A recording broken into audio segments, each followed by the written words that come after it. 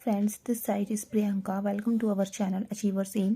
Friends, यहाँ पे मैं क्लास 8th एनसीईआरटी से फुल सिलेबस के क्वेश्चंस लेके आई हूँ, जो कि आपके सीटेट के लिए बहुत ज़्यादा इंपॉर्टेंट है, तो आप इसको रिवाइज़ करिएगा। चलिए फिर अब हम स्टार्ट करते हैं। तो इसमें फर्स्ट है, east is used in the production of alcohol. Alcohol के प्रोडक्शन में ईस्ट यूज़ करते हैं। तो ईस्ट को हम किसके प्रोडक्शन में यूज़ करते हैं? एल्कोहल के प्रोडक्शन में हम ईस्ट को यूज़ करते हैं। फिर इसके आगे देखते हैं, the following is an antibiotic. आपको ऑप्शन दिए जाएंगे, तो यहाँ पे इसमें जो इम्पॉर्टेंट होगा वो है स्ट्रेप्टोमाइसिन, यानी एंटीबायोटिक। उसमें होगा कि निम्नलिखित में से कौन सी चीज़ एक एंटीबायोटिक होती है, तो वो होगी यहाँ पे स्ट्रेप्टोमाइसिन। तो स्ट्रेप्टोमाइसिन एंटीबायोटिक होता है कि उसकी किस मतलब जो हमारे हम जैसे क्या है, हम जब बीमार पड़ते हैं तो हमारे अगेंस्ट हम जब दवाई खाते हैं तो उसके अगेंस्ट हमारी एंटीबायोटिक काम करती है। तो यानी क्या है, इसकी जो डिजीज़ बैक्टीरिया होता है, बैक्टीरियल डिजीज़ जिसके कारण हमें डिजीज़ हो जाती है, तो उसकी ग्रोथ को कम करता है, वो क्या होती है? एंटीबायोटिक होती है। तो वो कौन सी चीज़ होती है? स्ट्रेप्टोमाइसिन काम करती है, मतलब अगेंस्ट डिजीज़ के अगेंस्ट काम करती है, वो है स्ट्रेप्टोमाइसिन। फिर इसके आगे देखते हैं, carrier of malaria causing protozoan is, कौन सा होता है मलेरिया जिससे हो जाता है? वो है फीमेल एनोफिलीज मॉस्किटो। फिर fourth question, the most common carrier of communicable disease is. Communicable का मतलब होता है कि इन्फेक्टेड पर्सन, एक फिट पर्सन है, एक इन्फेक्टेड पर्सन है। तो इन्फेक्टेड वाला जो पर्सन है उसका जो मतलब जो भी उसके अंदर जो इन्फेक्शन हुआ है वो किसके अंदर चला जाएगा? नॉर्मल पर्सन के अंदर। तो वो हो जाती है हमारी कम्युनिकेबल डिजीज़। वो किससे होती है? हमारी हाउस फ्लाई। फिर द ब्रेड और इडली डो राइजेज, मतलब ब्रेड और इडली किसके कारण होती है? ईस्ट सेल्स की ग्रोथ के कारण। तो द ब्रेड और idli dough rises because of growth of yeast cells. फिर नेक्स्ट आता है, the process of conversion of sugar, यानी शुगर का जो कन्वर्जन है अल्कोहल में होता है, उस प्रोसेस को हम क्या कहते हैं? Fermentation. The process of conversion of sugar into alcohol क्या कहलाता है? हमारा फर्मेंटेशन कहलाता है। इसके आगे देखते हैं, फिर हमारा नेक्स्ट आता है, rayon is different from synthetic fibres because, क्योंकि क्या होता है? रेयॉन अलग होता है सिंथेटिक फाइबर से, क्योंकि ये ऑब्टेन किससे होता है? वुड पल्प से। It is obtained into wood pulp. फिर नेक्स्ट आता है हमारा, विच of the following can be beaten into thin sheets. अब देखिए इसमें भी आपकी जो है कई सारे ऑप्शंस हैं। तो यहाँ पे मैं आपको बता दूँ कि थिन शीट्स को हम क्या कहते हैं? मैलिएबिलिटी कहेंगे। जो थिन शीट्स जैसे कि जिसके अंदर ना मैलिएबल जो चीज़ होती है, मेटल जो होता है, मैलिएबिलिटी कहलाती है थिन शीट्स। जैसे कि हमारी एल्यूमिनियम फॉयल, एल्यूमिनियम फॉयल क्या हम उसको जब हैमर से या किसी चीज़ से जब हम उसको बीटन करते हैं तो एक थिन शीट में कन्वर्ट हो जाता है। फॉर एग्जांपल एल्यूमिनियम, जैसे कि हमारा एल्यूमिनियम फॉयल हम आप कह सकते हैं। तो क्या इसके अंदर मैलिएबिलिटी की प्रॉपर्टी होती है, ठीक है। जैसे कि फॉर एग्जांपल यहाँ पे क्या है, फॉर एग्जांपल क्या, ये आपका ऑप्शन में मिलेगा जिंक मेटल है ये, ठीक है। अब वायर, ऐसे मेटल जो जिसमें वायर ड्रॉन होने की एबिलिटी होती है, वो हमारी कहलाती है डक्टिलिटी। तो उनमें कौन सी प्रॉपर्टी होती है? डक्टिलिटी प्रॉपर्टी होती है, डक्टिलिटी की, ठीक है। तो ये चीज़ आप ध्यान रखना। फिर हमारा आगे आता है, विच of the following is correct. इसमें भी आपके कई सारे ऑप्शन हैं। तो यहाँ पे क्या है कि मोस्टली मेटल्स जो होते हैं वो क्या होते हैं? डक्टाइल होते हैं। जैसे कि मैंने आपको बताया कि उनमें क्या है, वायर को वो ड्रॉन कर सकते हैं, यानी हम जितना भी खींचेंगे वो हम उसको उनके अंदर डक्टिलिटी की प्रॉपर्टी होती है, ठीक है। तो मोस्टली मेटल्स जो होते हैं वो डक्टाइल होते हैं, नॉन मेटल्स डक्टाइल नहीं होते हैं, ठीक है। तो यहाँ पे हो जाता है। फिर आता है हमारा, process of separation of different constituents from petroleum is called refining कहते हैं उसको। यानी ऐसी प्रोसेस जो पेट्रोलियम से हम जैसे हमने पेट्रोलियम है, पेट्रोलियम से हमने ऐसी चीज़, हम कौन सी चीज़ हम उसमें ऐसी बनाएंगे जिससे हम उसको अलग कर सकते हैं, तो वो कौन सी विधि के द्वारा होती है? वो अलग, वो होती है हमारी रिफाइनिंग प्रोसेस के द्वारा। अब इसमें आपको रिफाइनिंग मिलेगा ऑप्शन में, इवेपोरेशन मिलेगा,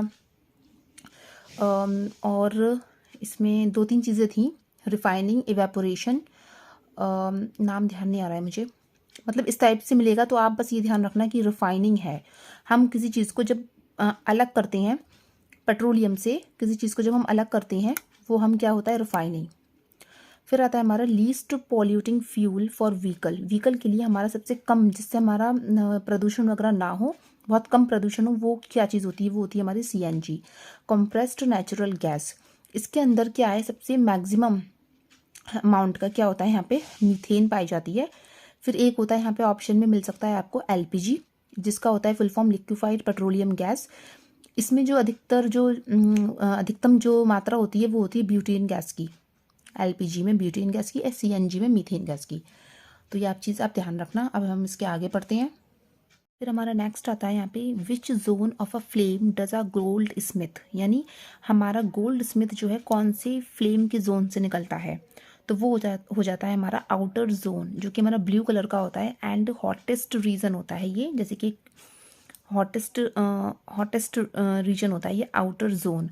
अब एक क्वेश्चन आ जाता है उसका कैंडल का आता है। जैसे अगर मैं आपको बताऊं कि कैंडल में जब हम कैंडल को जलाते हैं तो कैंडल में जो सबसे जो आउटर का जो लेयर होती है वो हमारी कौन सी होती है, ब्लू कलर की होती है। तो जो आउटर लेयर जो होती है वो ब्लू कलर की होती है, और जो मिडिल लेयर होती है वो होती है हमारी येलो कलर की, और जो इनर मोस्ट लेयर जो होती है वो, जैसे मोमबत्ती को हमने जलाई, सबसे अंदर वाली जो आपको दिखेगी inner most layer, inner most zone जो है वो हमारी ब्लैक कलर की होती है एंड वो अनबर्न्ड होती है, मतलब अधजली होती है, जली हुई नहीं होती है वो, है ना, वैक्स वेपर की होती है, अनबर्न्ड। ये वाला जो क्वेश्चन है ये गोल्ड स्मिथ का क्वेश्चन है, ये अलग क्वेश्चन है, ये उसी से मिलता जुलता है, तो इसलिए मैंने आपको यहाँ पे थोड़ा सा ना कंबाइन कर दिया है। लेकिन अब ध्यान रखना कि गोल्ड स्मिथ को जब हम गोल्ड से रिलेटेड जो चीज़ होगी उसकी जो फ्लेम होती है, जब गोल्ड को सोना, जब हम, ये गोल्ड स्मिथ है, ठीक है, गोल्ड स्मिथ को हम कौन सी फ्लेम के जोन में आता है, ये हम करते हैं आउटर जोन, एंड सबसे हॉटेस्ट पार्ट होता है ये उसका। लेकिन जब कैंडल की बात आए तो कैंडल में भी क्या होती है, आउटर जोन जो होती है कैंडल की सबसे बाहरी, जो आपको ब्लू कलर की नज़र आती है, वो सबसे ज़्यादा हॉटेस्ट पार्ट होता है इसका, और जो मिडिल लेयर होती है वो येलो कलर की दिखाई देगी आपको, और जो सबसे अंदर की जो लेयर होती है वो होती है हमारी ब्लैक कलर की, एंड वो अनबर्न्ड वैक्स वेपर होती है, ठीक है। तो ये चीज़ आप ध्यान में रखना कि कैंडल की बात आए तो आप ये वाला ध्यान रखना, और गोल्ड की बात आए तो हमारा आउटर जोन तो है ही है, वो हमारा सबसे हॉटेस्ट होता है, और कैंडल में भी हमारा आउटर जोन सबसे ज़्यादा हॉटेस्ट रीजन होता है, ठीक है। तो हम इसके आगे बढ़ते हैं। हम इसके आगे देखेंगे, a tadpole develops into an adult frog by the process of metamorphosis, यानी एक टैडपोल डेवलप होता है एक एडल्ट फ्रॉग में, तो उसको हम मेटामॉर्फोसिस कहते हैं।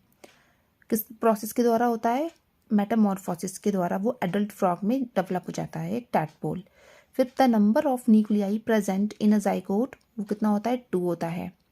फिर नेक्स्ट आएगा, reproductive age in women starts when their menstruation period starts, यानी रिप्रोडक्टिव एज वुमेन में शुरू होती है जब उनकी मेंस्ट्रुएशन पीरियड स्टार्ट हो जाता है, तब उनकी रिप्रोडक्टिव एज वुमेन में शुरू हो जाती है। फिर नेक्स्ट आएगा, 4 children were asked to arrange forces due to rolling, static and sliding frictions in a decreasing order, यानी 4 बच्चे हैं, वो पूछते हैं अरेंज करने के लिए उनसे पूछा जा रहा है कि rolling, static and sliding friction के द्वारा वो उन्हें फोर्सेस को अरेंज करना है एक डिक्रीजिंग ऑर्डर में। तो उसमें करेक्ट अरेंजमेंट आपको चूज़ करनी है। तो आपको सबसे पहले देखना है यहाँ पे स्टैटिक, देन स्लाइडिंग, देन फिर रोलिंग।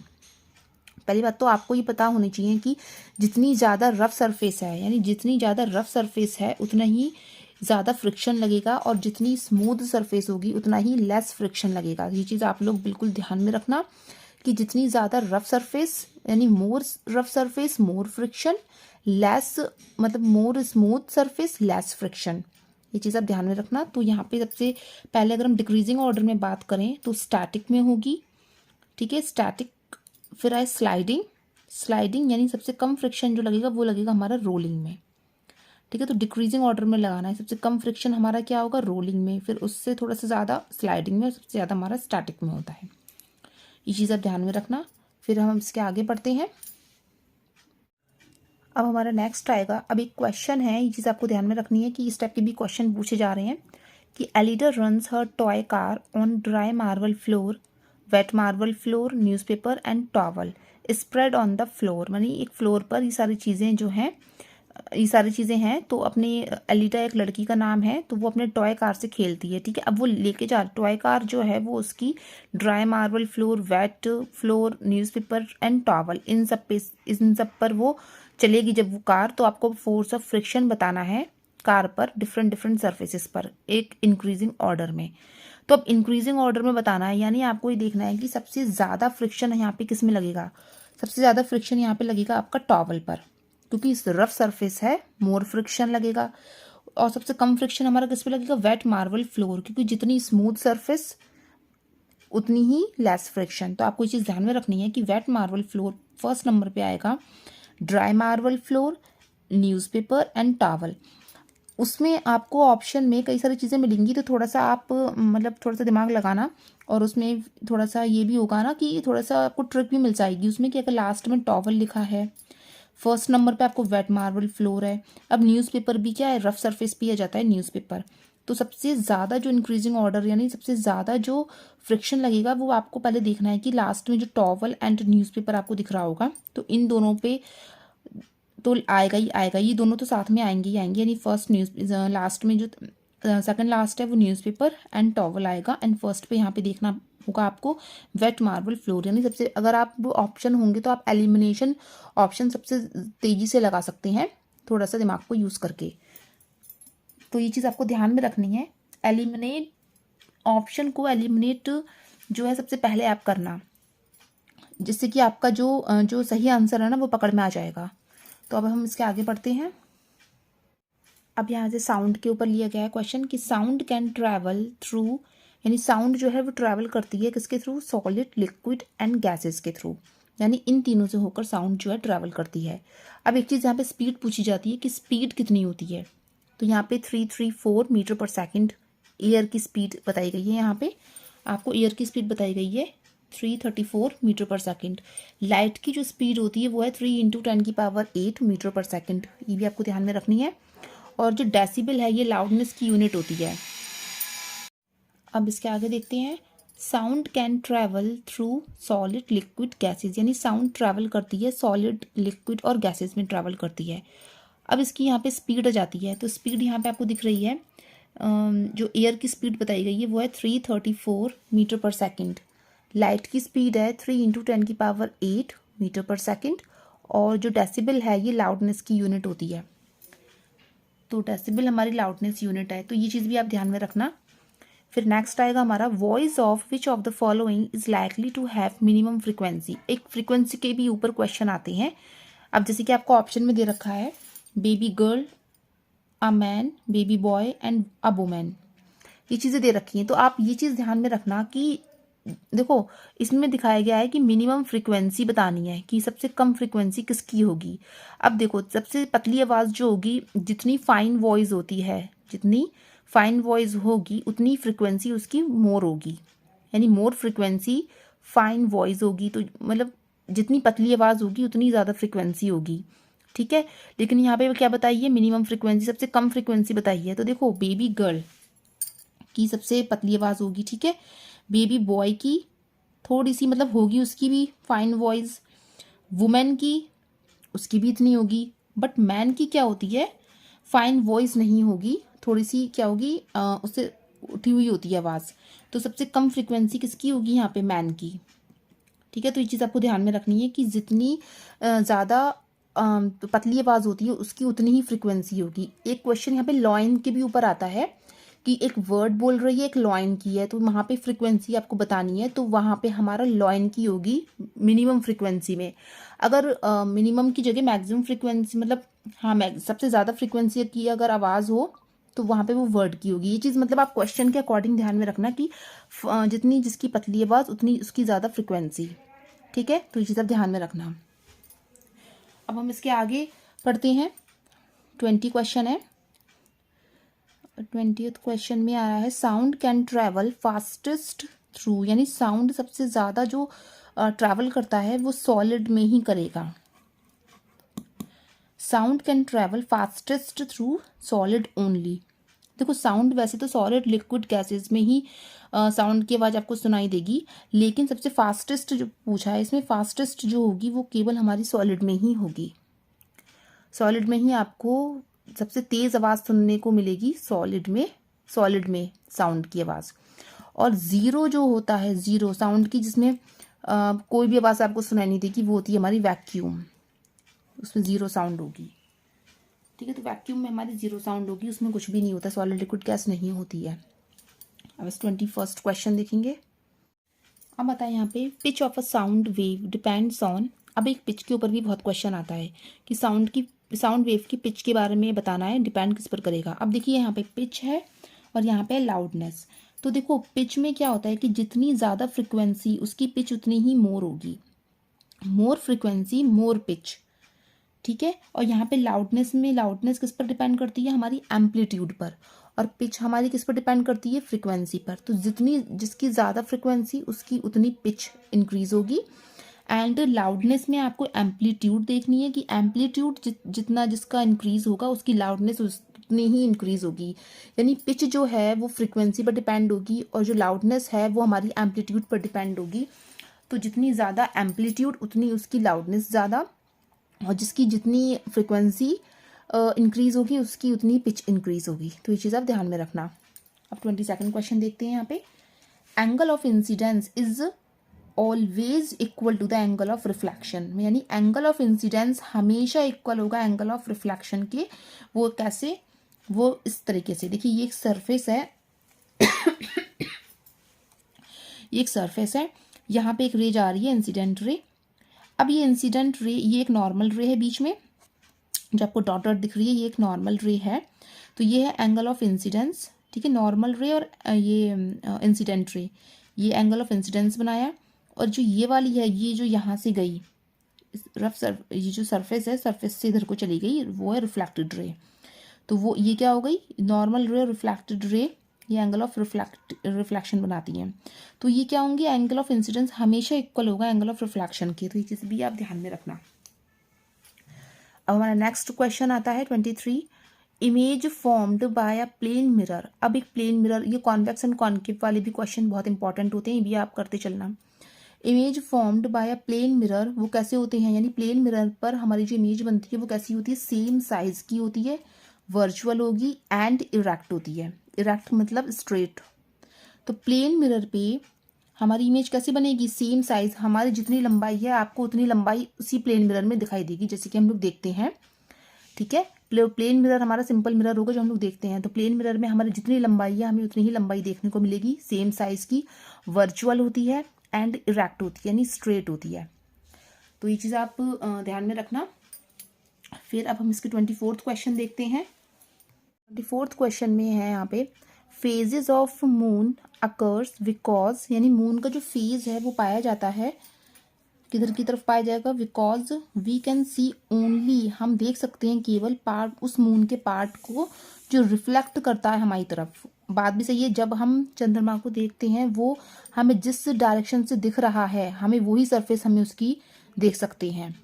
हम उसके इधर उधर आगे पीछे, आगे का मतलब हम उसका आगे का ही पार्ट देखते हैं, उसके जो पीछे है वो नहीं देख सकते हैं। तो हम उसका एक रिफ्लेक्टेड, यानी जो रिफ्लेक्ट करता है हमारी तरफ, जो लाइट उसकी चंद्रमा की जो रिफ्लेक्ट करती है हमारी तरफ, हम केवल वो ही देख सकते हैं, मून के फेज को हम देख सकते हैं, वही फेज। ठीक है, जो हमारी तरफ रिफ्लेक्ट करती है। अब 25th क्वेश्चन देखते हैं। 7th क्वेश्चन है, विच of the following is not a green house gas. Green house gas कौन सी नहीं होती है, वो है हमारा नाइट्रोजन गैस। नाइट्रोजन हमारी ग्रीन हाउस गैस नहीं होती है। और जो होती हैं ग्रीन हाउस गैस वो होती है हमारी CO2, sulphur dioxide, water vapour and methane. यानी ये सब चीज़ें हमारी कैसी होती हैं, ग्रीन हाउस गैस होती हैं। कौन कौन सी होती हैं, carbon dioxide, sulphur dioxide, water vapour and methane, ये सारी हमारी ग्रीन हाउस गैस होती हैं। अब 28th क्वेश्चन है, आज का लास्ट क्वेश्चन है ये। A group of stars that appear to form a pattern in the sky. यानी एक ग्रुप ऑफ स्टार्स का है, स्टार्स का ग्रुप है जो हमें दिखाई देता है स्काई में, एक पैटर्न जब वो फॉर्म करता है, उस चीज़ को हम क्या कहते हैं, कॉन्स्टेलेशन। उसको क्या कहते हैं हम, कॉन्स्टेलेशन। जैसे कि सप्तऋषि हो गया। तो ये चीज़ें जो हैं, ये ज्योग्राफी का क्वेश्चन है एंड ये NCERT में दे रखा है चैप्टर। इससे भी क्वेश्चन काफ़ी आए हैं, मैंने 1-2 क्वेश्चन इसके बताए भी हैं प्रीवियस वीडियो में। आप लोग देखना उसको। जैसे कि वीनस का क्वेश्चन भी था एक, शोज लाइक अ मून, इस तरीके का भी क्वेश्चन था, तो वो इसी चैप्टर से लिया गया है। तो ये भी एनसीईआरटी से ही रिलेटेड है, साइंस का ही क्वेश्चन है ये। तो अगर आपको जैसे क्वेश्चन समझ में नहीं आ रहा है तो आप ये भी सोच सकते हैं कि ग्रुप ऑफ स्टार्स को हम क्या कहते हैं, कॉन्स्टिलेशन ही कहते हैं। तो थोड़ा सा ट्रिक लग सकती है ऐसे क्वेश्चन में कि आंसर आप आसानी से देख सकते हैं, लगा भी सकते हैं टिक। तो चलिए फिर आज का वीडियो यहीं तक रहने देते हैं, मिलते हैं अब हम नेक्स्ट वीडियो में। फ्रेंड्स, आपको अगर वीडियो थोड़ा सा पसंद आया हो तो लाइक शेयर सब्सक्राइब करिएगा, और ऐसे ही क्वेश्चंस मैं लेकर आऊँगी। बहुत सारे क्वेश्चंस हैं, एनसीईआरटी से रिलेटेड हैं, एंड ये क्लास 8 का क्वेश्चन था जो भी मैंने आपको आज शेयर करे हैं। क्लास 8, क्लास 6, 7 के इसी टाइप के मैं एनसीईआरटी से रिलेटेड सारे एमसीक्यू आपको शेयर करूँगी, और कोशिश करूँगी कि आपका सीटेट क्लियर हो जाए। तो I hope you like the video. मिलते हैं अब हम नेक्स्ट वीडियो में। Thank you.